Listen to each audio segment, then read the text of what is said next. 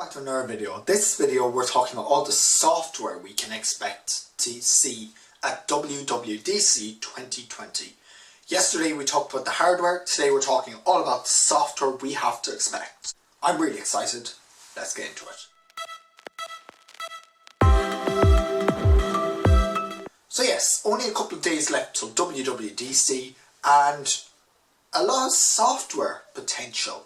Obviously we're going into Mac OS, a new Mac OS update this year, focusing specifically on stability probably, because during Catalina they got rid of a lot of bugs while they were doing it, which was great. The big change in Catalina though was the addition of a voice memos app, podcasts app, music, TV and audiobook and iBooks. So yeah, they split out iTunes, and let's be real, we all wanted that, but it's still available on Windows for some reason, so I don't know what to expect out of that. What we can expect though, and what will be a positive change for all this, is iOS and iPadOS. This is going to see a significant change this year. Supposedly, we can expect widgets on the home screen, and this has been heavily leaked and heavily rumoured. So on your home screen you would see all your widgets, you'd see all your times, whatever. So say if you have the 3D touch module, say for weather, this could potentially be what you'd be seeing as your widget, the weather module. Honestly, the leak does look like it's in the control center, which would make a lot more sense than widgets on the home screen. I've seen people jailbreak and add your widgets to the home screen. I've seen people change the fonts. I don't personally like it. I really like the minimal look to iOS, which is a lot of people. We don't really want a major redesign. While the tech community says, yeah, we want a major redesign, the ordinary person will just want their phone to stay working and nothing to change, because they give out when things get changed in phones, you know? Tech community wants tech to progress, things get better.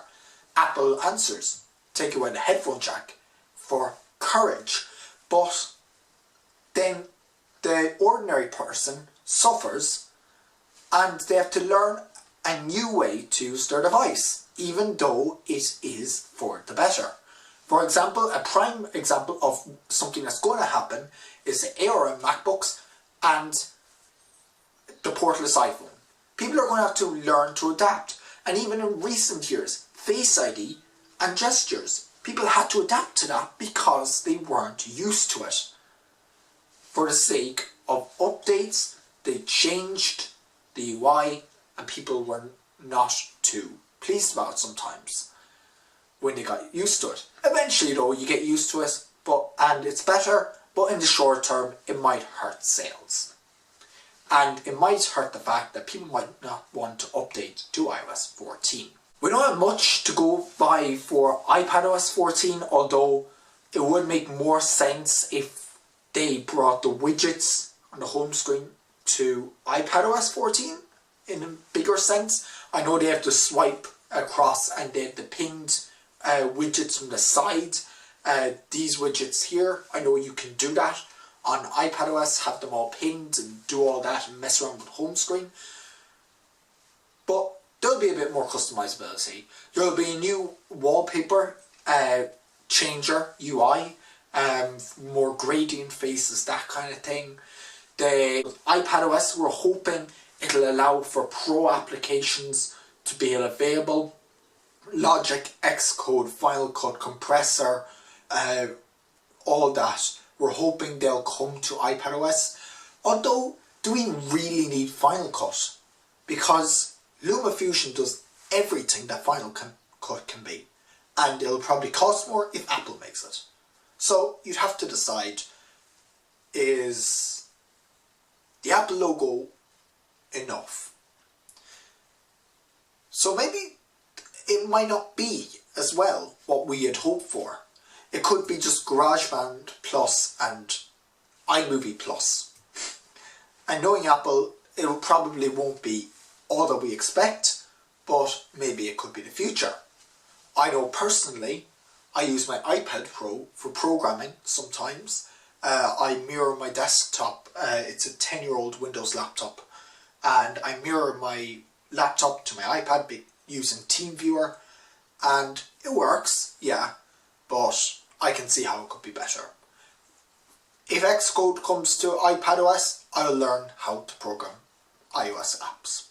Next thing we can expect of WWDC is watchOS.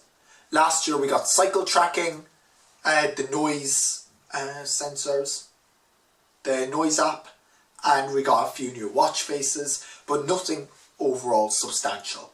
I have no idea what they could add this year, to be honest. I think they're going this year to go for sleep tracking as a big feature, although, and blood oximeter measuring as the Apple Watch Series 6, but for watchOS 7 they could add blood oximetry measurements because we have the sensors on the Series 4 and Series 5 already. But knowing Apple, they'll want to save that feature because the Apple Watch has peaked already. By the way, stay tuned because I'm going to be going into that for an in-depth video. tvOS, I can just see them brushing over tvOS, maybe giving a few new nifty features, features to track, to play workouts on your TV using your Apple TV box and tracking it on your Apple Watch. Possibly, you know, they'll use it as the perfect opportunity to give you the chance to do indoor workouts. They'll use the COVID-19 or the quarantine to enable that. So for indoor fitness. Overall though, not much else we can expect. Thank you very much for watching, and I'll catch you next one.